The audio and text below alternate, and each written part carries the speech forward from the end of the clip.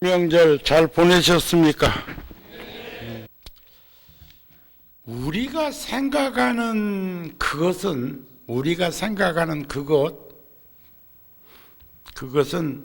얻기는 쉬우나 지키기가 어려운 것들이 참 많습니다. 제가 오늘 아시는 분들은 아실 거요. 저번 법회 때 절대 안 나가도록 붙들으라고 그랬는데 나가라는데 박수가 더 세가지고 나갔다가 그 변명도 조금 하기는 해야 될 것 같은데 아미타경에 보면 그런 말씀이 있습니다.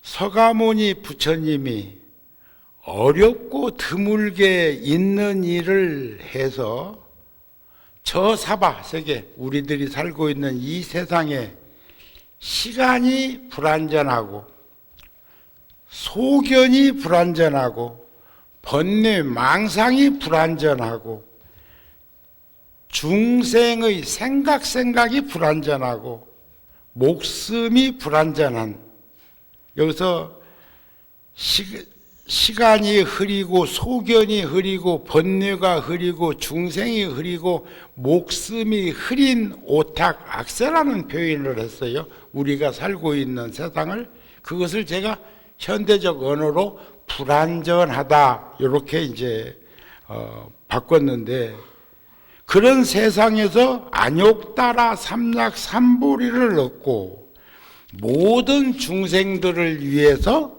온갖 세상에서 믿기 어려운 가르침을 설한다, 이렇게 이제 아미타경에 말씀을 하시는데, 저는 가까운 도반 스님이 요즘 종단도 그렇고 세상도 그렇고 우리 지금 현재 대통령께서도, 문 대통령도 절대로 정치 않는다고 그렇게 뒤로 뺀 분이라고 그러시대요.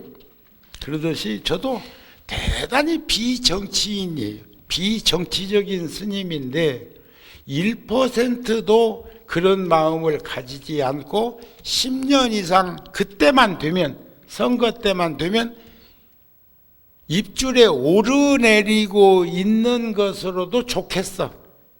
산중에서 살고 있는 스님이 아니고 대중에게 노출되어서 살아왔던 스님이기 때문에 정우 스님이 그 자리 가면 참 잘할 것 같다, 발전할 것 같다, 종단이 안정될 것 같다, 이런 말씀만 해도 저 스스로에게는 크게 위로가 됐어요. 그 자리에 안 가더라도. 그랬는데 제가 저번 원장 스님 때 24년 전에 했던 직책을 다시 만나서 김종필 총리께서 젊은 시절에 하고 그 후에 또 한 20년쯤 후에 또 총리를 했죠. 과가 같은 과인가. 저도 94년도에 총무부장을 했는데 2018년인 17년 작년에 11월 말경에 한 보름 정도 고사하다가 어쩔 수 없이 가가지고 머무르고 있으면서 들여다보니까 참 종단도 세상도 많이 바뀌고 변화하고 있다, 진화되고 있다는 생각을, 그것을 크게 느끼고, 그렇다면 미력한 심이지만 보탬이 될 수 있으면, 자양분이 될 수 있으면, 걸음이 될 수 있으면 하는 마음으로 제가 이제 소임을 보다가 나왔는데, 가까운 도반 스님이 그러셔요. 내가 이제 주변에서 총무원장 출마한다고 하는 말들이 들리니까, 아이고 이 사람아, 진흙탕 싸움에 왜 들어가려고 하는가. 그래서 진흙탕이면 연꽃 심으면 되겠다, 그럼 꽃 피겠네, 그러고는 이제 서로 웃고 말았는데, 또 며칠 있다가 전화가 또 와가지고 하는 말이, 그런데 시궁창 같더라. 응? 시궁창. 그럼 그때는 내가 그랬어요. 안 빠지면 되지. 그랬는데 그 말을 하면서 내가 부끄러웠어. 시궁창이면 물꼬를 터가지고 새물을 거기다 넣어서 맑히면 되는 것이지 그것을 그렇게 피하고 도망가듯이 그래서 되겠느냐 하는 생각이 들어가지고 안 나간다고 해놓고 나갔잖아요. 미안해요. 그런데 저희들이 4명의 후보는 이번에 원장 되신 스님도 그렇지만 4명의 스님들은 각자 주어진 곳에서 세상에 각자 주어진 자리에서 열심히 안 사는 이가 어디 있습니까? 하지만 열심히 산 분들이고 이름만 되면 다 알 수 있는 분들로 세상에 노출되는 스님들이에요. 그러니까 4명 중에 누가 되더라도 되면은 종단이 안정되지 않겠느냐 하는 그런 마음이 있었고 과거에 선거판은 돈판이라고 하는 말들을 많이 세상에서 회자되고 있기 때문에 우리가 불자들에게 시주해라 보시해라 공양하라고는 하지만 집 팔아다가 시주하라 소리는 않잖아요. 전세 빼다가 시주하라 소리는 않잖아요. 기둥뿌리를 흔드는 짓거리는 하지 말자. 다시 말해서 제가 짧은 기간이었지만 추석까지 끼어가지고 아주 짧은 기간이었지만 25일 날 그 추석 연휴 기간입니다. 그때는 자동차를 움직일 수가 없어서 해남 대흥사 마지막으로 해남 대흥사를 새벽에 첫 기차를 타고 가서 참배하고 왔어요. 법당에 가서 참배할 때는 여러분들도 불전함에 다 보시하지요? 거기만 하는가 봐? 요즘 그거 문제 있어. 잘 안 해. 좀 해요. 응? 이럴 때 그런 말 안 하면 언제 해? IMF보다도 더 심해 지금. 그만큼 사회 환경이 어려워졌다는 얘기인지 하루에 1,000원씩만 절에 와가지고 불전함에 넣어도 1년이면 36만 5천 원이다? 적은 돈 아니야. 그런데 하루에는 1,000원이라고. 하루에 10,000원이면 1년이면 365만 원이다? 그러면 한 달 봉급이요. 그렇게 뭐 어디서는 11조 얘기도 하기는 하더라만 그렇게 쉬운 거 아니에요. 아시겠습니까? 그렇게 해서 우리가 근검전략 검소하게 살아가는 살림살이가 되어야 합니다. 하지만 정우 스님은 언제부터인가 좋은 일 할 때 가장 따뜻하고 편안한 금액이 있어. 참 따뜻한 기운을 느끼는 게 있어. 그리고 총무원장 안 나왔어도 어느 절에 가도 법당에 가서 참배할 땐 주머니 속에 담아갔던 불전금을 꼭 저는 불전함에 넣습니다. 스님들이라고 다 넣는 거 아니요. 안 넣는 이도 많이 봤어. 응?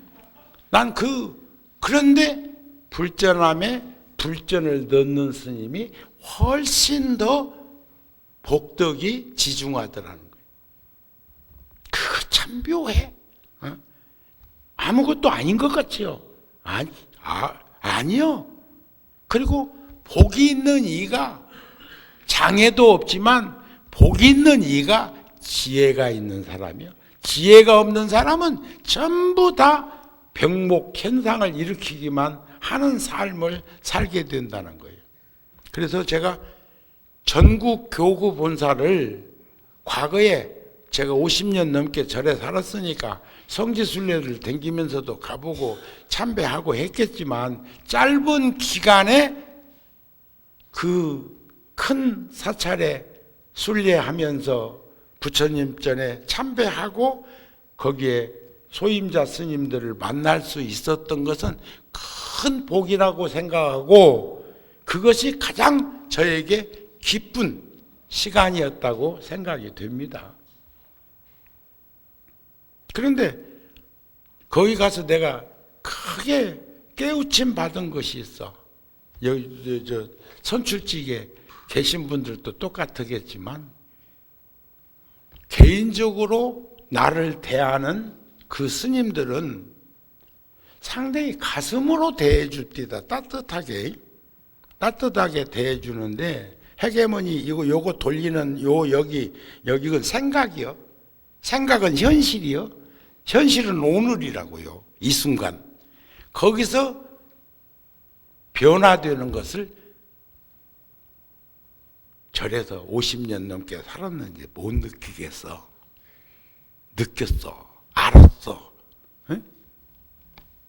그런데 저희들이 세 가지 약속했던 게 있어요. 첫째, 세속처럼, 세속도 요즘 큰일 나. 금권 선거라는 삼보정제를 함부로 쓰지 않기. 또 4명 다 각자가 주어진 곳에서 열심히 살았던 분이니까 사실 유무는 바깥에서 얘기들 할 거고 우리들만이라도 상호 비방하지 않기. 그 다음에 선거 때마다 느끼는 게 패당 지켜서 막 몰표로 움직이는 그런 부정수표 같은 그런 짓거리는 하지 않기. 그러니까 선거인단은 각자가 중립을 지키고 기조 출마자가 어떻게 종단을 이끌어갈 것인가 하는 말을 듣고 판단해서 투표할 수 있도록 하자는데 공감하고 동의했는데 결국 그것은 허구였고 허상이었어.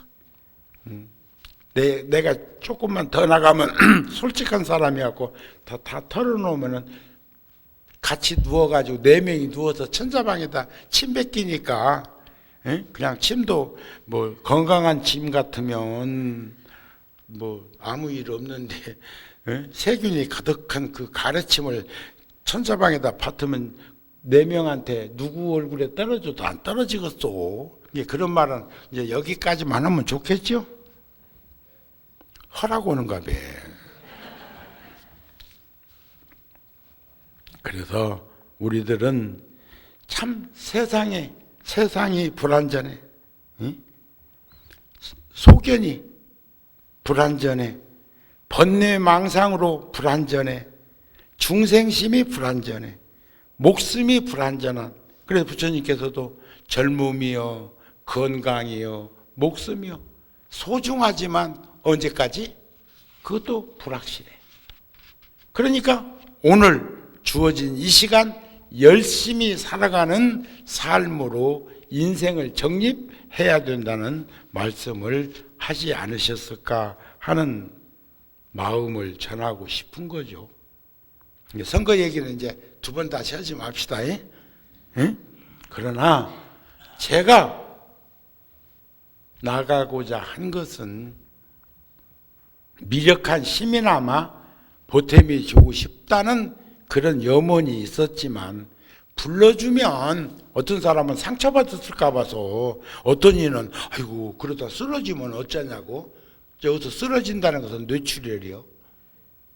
출가한 사람이 혈액순환이 제대로 안 돼가지고 뇌출혈 생기는 건 어쩐가 모르겠다만 여하튼 간에 무엇을 하다가 좌절하고 포기하고 체념하는 과정 속에서 혈액이 맥혀가지고 그게 여기서 터지면 그런 삶을 살아가지고 해야 되겠습니까? 여기서 뻥 하는 거야. 몸 바꾸면 되지만 의사도 그러시대. 여기서 뻥 하면 신세 져야 된다는데 우리 사는 날까지 신세 안 질 수는 없지만 그런 신세는 지지 맙시다.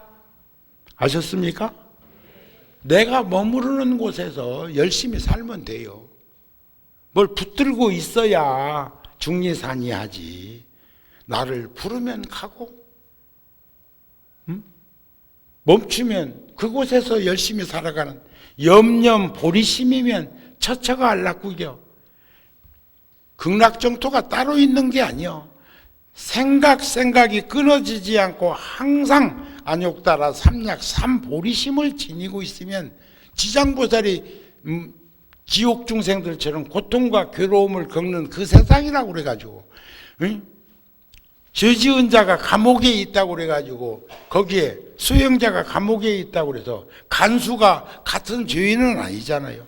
같은 공간에 있어도 몫이 다른 것을 우리가 볼 수 있는 것 아니냐. 그래서 저는 생각이 삼독심을 지니지 않으면 사막도는 나에게 있지 않는 거예요. 그래서 스님은 건강한 모습으로 가서 두들겨 보다가 건강한 모습으로 다시 돌아왔다는 거. 여러분들이 언론 방송을 통해서 더 잘 들여다보고 정보화 시대니까 내가 이보다 더 말을 하지 않아도 충분히 인식할 걸로 봅니다. 그러나 객관적으로는 4명 다 열심히 산 분이라는 것은 믿고 그렇게 알아주셨으면 합니다. 아셨죠? 그래서 세상에는 위대해지지 않아도 참 자유인이 될 수 있습니다. 출세한 사람만 참 자유인이 되는 것이 아니요. 자유인이 되지 않고는 절대로 위대한 삶을 살 수 없다는 인식을 우리는 해야 합니다. 세상에는 출세하지 않아도 참 자유인이 될 수 있어요. 저는 전에도 한번 말씀드렸는데 정우 스님은 정우보다 구룡사를 우선합니다. 구룡사보다 통도사를 우선해요. 통도사보다 조계 종단을 우선합니다.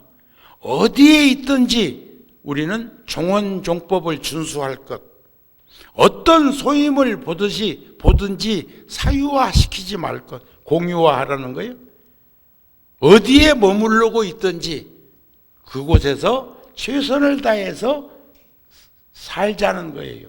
그 지역에 이바지하자는 거예요. 그것이 제 좌우명처럼 간직하고 살고 있어. 그러다 보니까 구룡사에서는 정우 스님이, 열애사에서는 정우 스님이, 각각 보교당에서는 정우 스님이, 내가 세운 그런 인연이 있는 곳에서는 정우 스님을 일명 대들보라고 얘기할 수가 있어. 근데요, 대들보는 구룡사에서는, 근데 대들보가 또 하나만 걸린 거 아니다? 이거 봐봐봐. 여러 개 걸려 있잖아요. 대들보가 여러 개 있어. 석가래도 여러 개 있고, 기둥도 여러 개 있어요. 지금 뉴욕에서, 지금 선방 75평짜리를 2채를 짓고 있는데, 150평 짓는데, 기둥이 40개 들어간다? 기둥이 40개. 그러면 석가래는 얼마나 많이 걸릴까? 대들보는 4개 걸려. 4개. 상방 말고 4개의 대들보가 걸려서 또 기둥이 20개씩 세워져서 석가래로부터 다양하게 해서 기와 한 장 한 장 얹어서 그렇게 해가지고 한 채의 집이 되는 것과 같은 거예요. 근데 어떤 사람은 한 번 대들보는 영원한 대들보여야 한다. 뭐 배우가 한 번 주연을 맡아서 주인공이 되면 영원히 주인공이 돼야 된다? 그래서 조연 맡는다든지 하면 낙심을 하고 상처를 받고 뭐 좌절을 해가지고 먼 일 내는 이들도 도로도로 가끔은 목격하게 되잖아요. 그런데 우리는 어떤 기와장 하나 깨져가지고 그 집 썩는 이치 아세요? 또 자연의 현상을 보면 고기압이 만연하면 사막화됩니다. 저기압이 만연하면 습지가 돼요. 또 우리는 뭐 미세먼지에 대해서, 산업재해에 대해서, 생태계 파괴에 대해서, 환경 문제에 대해서 다양하게 얘기를 하고 있지만 그게 많고 적음의 부조화 현상으로 나타나는 일들이지 저 먹구름 속에 흙먼지가 가득 들어가지고 무게중심이 떨어지지 않으면 눈도 안 오고 비도 안 와요. 뭉게구름 아는가 몰라. 예? 솜털구름 아시는가 몰라. 그래가지고 선진국이라고 하는 데서는 비 안 오는 데서는 확 물질을 구름에다 쏟아부어가지고 비가 되게 한다고도 안 합니까? 그게 무게를 떨어뜨리는 역할이 아닐까 싶은 생각들을 가져보지 않으세요? 어느 곳에 어떤 식으로 어떻게 살든지 사는 그곳에서 열심히 살아가는 사람이 행복한 사람이고 그 사람이 참 자유를 누리는 사람 아닐까. 우리가 살고 있는 이 불완전한 혼돈의 시대 오타각세에서 위대한 인물들은 자기 자신을 숨기는 뛰어난 능력이 있다네요. 근데 정우 스님은 참 자유인인지는 모르겠어도 위대할 수가 없어. 왜 나는 이렇게 겁내는 이가 많은가 몰라. 참 괜찮은 스님이에요. 에? 정우 스님 여러분들 어땠어? 여러분들 판단할 적에 정우 스님이 어때요?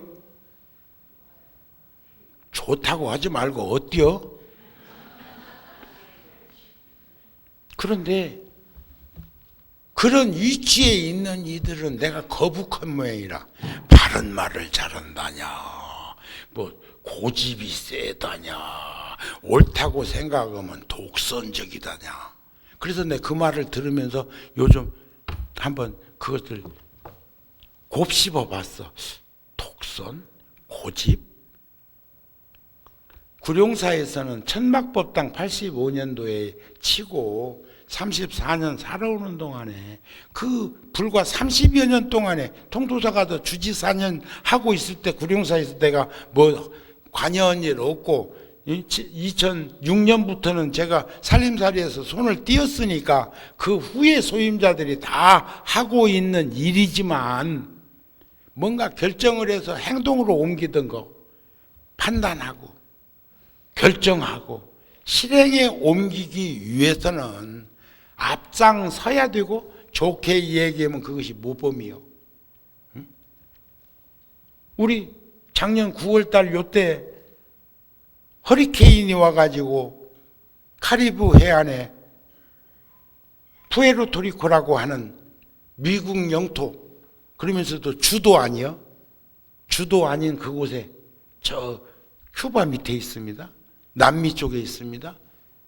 그런데 제가 군종교구 소임을 보면서 보니까 푸에르토리코의 군인들이 미국 군인 이름으로 한국 6.25 때 6만 1,000명이 참전하고 856명이 전사했어. 부상자가 없고 포로가 없는 군인들이었어요. 용병이죠, 용병. 우리 대통령의 아버지가 흥남부두에서 마지막 피난서를 탈 때 그 배를 사수했던 병력도 푸에르토리코의 군인들이었다고 해요. 근데 아무도 그 부분에 대해서 70% 이상이 초토화되어 버린 그 현장의 마음들을 우리가 일으키지 못하고 있을 때 구룡사에서 3천만 원 조계종 아름다운 동행에다가 갔다가 성금을 내면서 우리 이런 일을 목격했으니까 함께 합시다 해갖고 금년 6월 달에 30만 불 3억 3천만 원이 넘는 돈을 정우 스님이 앞장서 가지고 모아서 그쪽에 2,000명 정도 생존해 계신 그 참전 용사들 가운데 서로 양보해, 서로 고마워하면서도 양보했다고 그래요. 그래가지고 300여 명의 참전 용사들에게 각각 1,000불씩 전해드렸어. 현장에 가서. 잘한 거 아닌가요? 자, 그런 일을 다양하게 할 적에 그런 일을 하도록 하기 위해서 지는 입 딱 닫고, 야, 시주 좀 해라. 야, 공양 좀 올려라. 야, 보시 좀 해라. 내가 그럴 때마다 꼭 입에서 떠오르는 단어가 하나 있잖아요. 지랄하고 있니? 응? 그건 내가 정우스님이 그런 말 하면 되냐고? 말이 그렇다 그 말이야. 이거 그만큼 그것은 모순된 반증법을 제가 얘기하는 것이다 그 말이야. 정우스님이 그래도 그렇게 상스러운 말은 안 해. 생각해 보세요. 그런 것을 독선이라고? 그런 것을 고집이라고 한다면 100번, 1000번 들어도 난 괜찮다고 생각합니다. 우리 작년, 재작년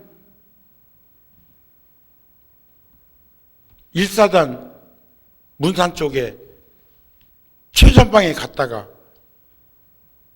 JSA라고 하는 공동경비구역 남북 정상이 처음 만났던 그곳에다가 법당을 하나 지어달라고 그러는데 막사로밖에 법당이 없으니까.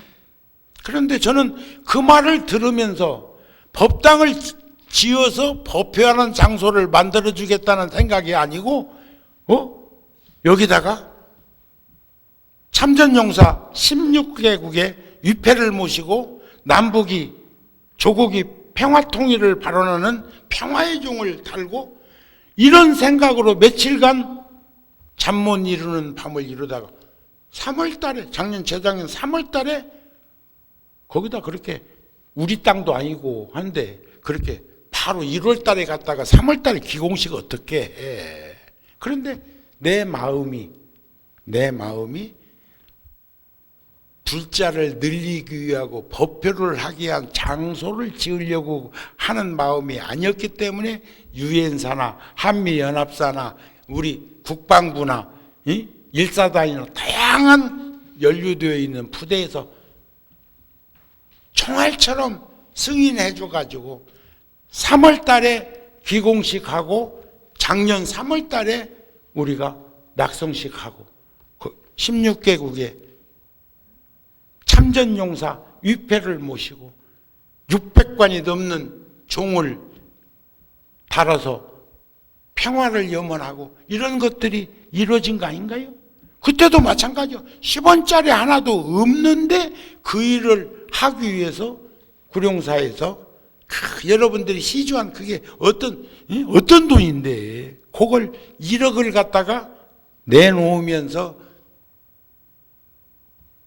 발언을 했더니 11억 가까이 돈이 모였는데 전부가 거의가 다 저 부살림 빼놓고 몇 명 빼놓고 불자들도 여러분이 위패 모시는데 100만 원씩도 내기도 했고 한 1000만 원씩 내신 분도 있지만 대다수가 저하고 가까운 스님들이 1000만 원도 내고 2000만 원도 내고 그렇게 스님들이 사중에서 값지고 소중한 인연을 맺어 주어가지고 그 공동경비 구역 안에다가 무량수전이라는 법당을 짓게 되었는데 그것도 독선인가요? 그것도 고집인가요? 그것도 불통인가요?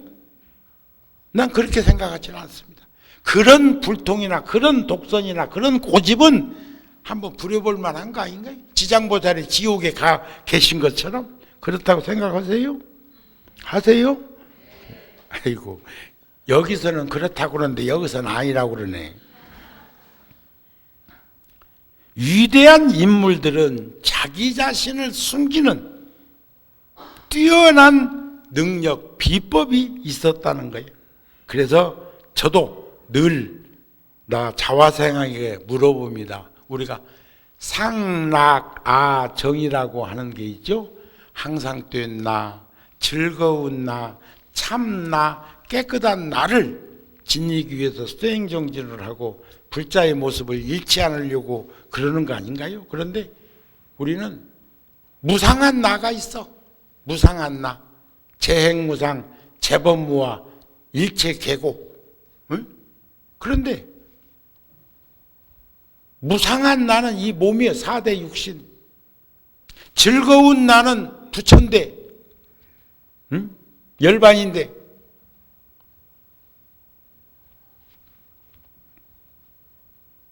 응? 괴로운 건 뭐요? 우리가 나는 부처인데 아트만. 이 자라고 하는 것이 여러분들은 몇이나 있으세요? 정우 스님도 한 60년 넘게 살아오는 동안에 내가 나라고 생각했던 나, 지금 정우 스님은 현재의 정우 스님의 4대 육신 속에 담겨져 있는 내 본성은 지금 이 모습입니다. 돌아올 줄 알고, 나아갈 줄 알고, 양보할 줄 알고, 인욕할 줄 알고, 하심할 줄 알고, 나보다 종단을 더 우선시하는 그 마음, 그 이상은 아니요. 종단보다는 국가를, 난 국가가는 그만큼 없어. 또 세계관도 그만큼 없어. 그런데 그냥 나를 보면 그래도 정우 스님이 요 정도는 된다고 하는 생각을 가진다고 하는 것을 표상적으로 여러분들한테 전해드리고 싶은 것이 아닐까 싶네요. 아셨죠? 응? 앞으로 이제 그런 일은 없을게요.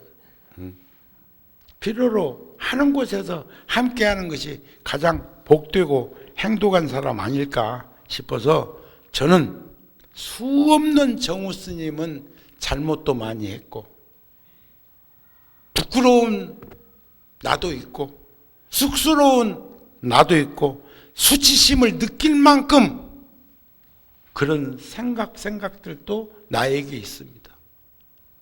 그것이 중첩에서 반복되면 업덩어리가 됩니다. 그것을 참귀심을 가지고 부끄러워할 줄 알고 참여할 줄 알고 수치심을 느낄 줄 아는 그 사람은 그 일을 반복해서 중첩해서 그 일을 하지 않으려고 노력하는 것이 우리가 동물과 다른 점이 아니겠습니까 싶은 마음이 듭니다. 그래서 지난날에 그림자 같은 추억만을 쫓는 인생으로부터는 우리 자유로워졌으면 좋겠어요. 그 위지안이라고 하는 중국의 젊은 교수가 있었어요. 지금 아이가 아직 10살도 안 됐을 거예요. 암으로 세상을 떠났는데 아이 두서너 살 먹은 그 아이를 놓고 세상을 떠나기 전에 투병 생활하면서 글을 써가지고 SNS에다가 많이 올린 것 중에서 참 내 가슴에 와서 닿는 부분이 있어서 제가 메모해 놓은 게 있습니다. 나는 너에게 희망의 씨앗이 되고 싶다. 어쩌면 자기 그 어린 아이에게 떠나는 어머니가 모정을 드러내가지고 한 말씀일 수도 있는데 모두가 다 공감되는 이야기라 전합니다. 사람이 잘 살아간다는 것은 누군가의 마음에 씨앗을 심는 일과 같다. 어떤 씨앗은 내가 심었다는 사실을 까마득히 잊어버린 뒤에도 그 씨앗이 쑥쑥 자라나서 커다란 나무가 되기도 하더라. 저번 본문에 한번 말씀드렸습니다. 어떤 집에 초대받아 가지고 가서 음식 대접을 잘 받았는데 평소에 먹던 음식보다 맛있어. 물었어. 그랬더니 참기름 넣었다고 그래. 그 전에 없던 참기름을 개발해 가지고 넣은 거예요. 참깨를 볶아서 으그러뜨려 가지고 보자기다 싸가지고 꾹 쪘더니 걸쭉한 기름이 나왔는데 그걸 음식에다 넣고 조물조물했더니 이렇게 맛있다고. 그러니까 그 말을 들은 영감태기가 집에 가가지고 그냥 참깨를 시장에 가서 그냥 돌이 싹 쓸어다가 사다가 그 참깨를 볶으면서 뭐라고 했을까? 그 멍청한 놈. 이 참깨를 내 참기름 짤 때마다 볶는단 말이에요. 볶아서, 그지? 텃밭이 문전을 넓은 데다가 뿌리면서 여기서는 이제 볶은 참깨가 나올 기라예요. 그래가지고 그걸 뿌려놨는데 볶은 참깨가 우물 튀어? 싹을 틔워? 거기서는 잡초만 무성했어. 제가 젊은 시절에 이 본문을 경전에서 보면서 멍청한 어리석음으로 표현을 했는데 세월이 흐르면서 저에게 그것을 보는 다시 떠올릴 수 있는 안목 생긴 것이 누군가가 집에 지혜로운 이가 있고 변별력, 판단력이 있는 이가 있다면 빨리 차선책으로 그 잡초는 뽑아서 거름으로 삼고 그 밭에다가 그 참깨는 영양소가 많습니다. 거기다가 건강하고 좋은 씨앗을 거기다가 다시 뿌린다면 그 볶은 참깨가 거름이 되어가지고 농사가 잘 되지 않겠느냐 하는 생각이 들어졌단 말이에요. 여러분들도 그렇게 생각이 드시지요? 되시지요? 그런 마음으로 살았으면 좋겠고, 오늘은 오신다고 해가지고 이거 준비한 건 아닌데, 내가 오늘 서열 총무부장은 총무원장 다음 서열이었어요. 그건 2번씩이나 했는데 금메달, 은메달이 100개면 뭐해? 금메달 하나만 못해다네. 근데 앞으로는 그런 마음 안 내고 살 거니까. 근데 열반경에 보면 그런 말씀이 있습니다.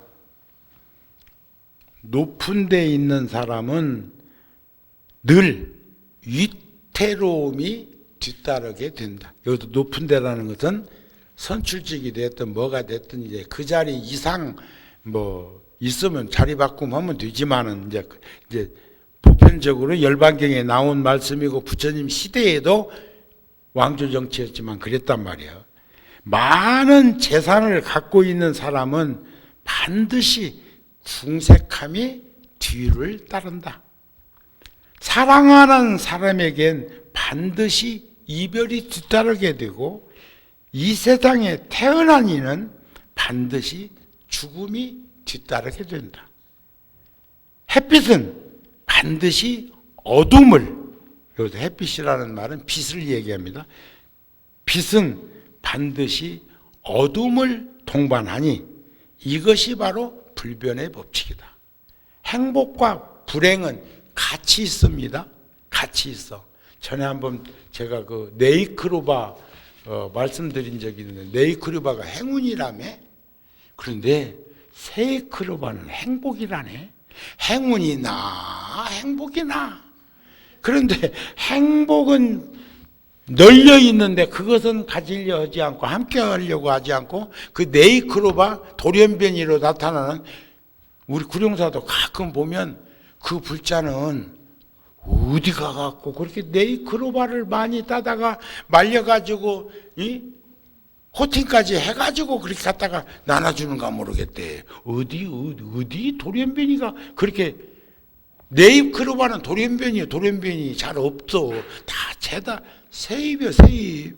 그런데 그것을 얘기할 때 네입은 행운이고 세입은 행복인데 왜 사람들은 행복한 삶을 추구하지 못하고 행운만, 요행만 바라는 것처럼 그럴까 하는 그런 마음이 들어진 적도 있습니다. 아셨죠?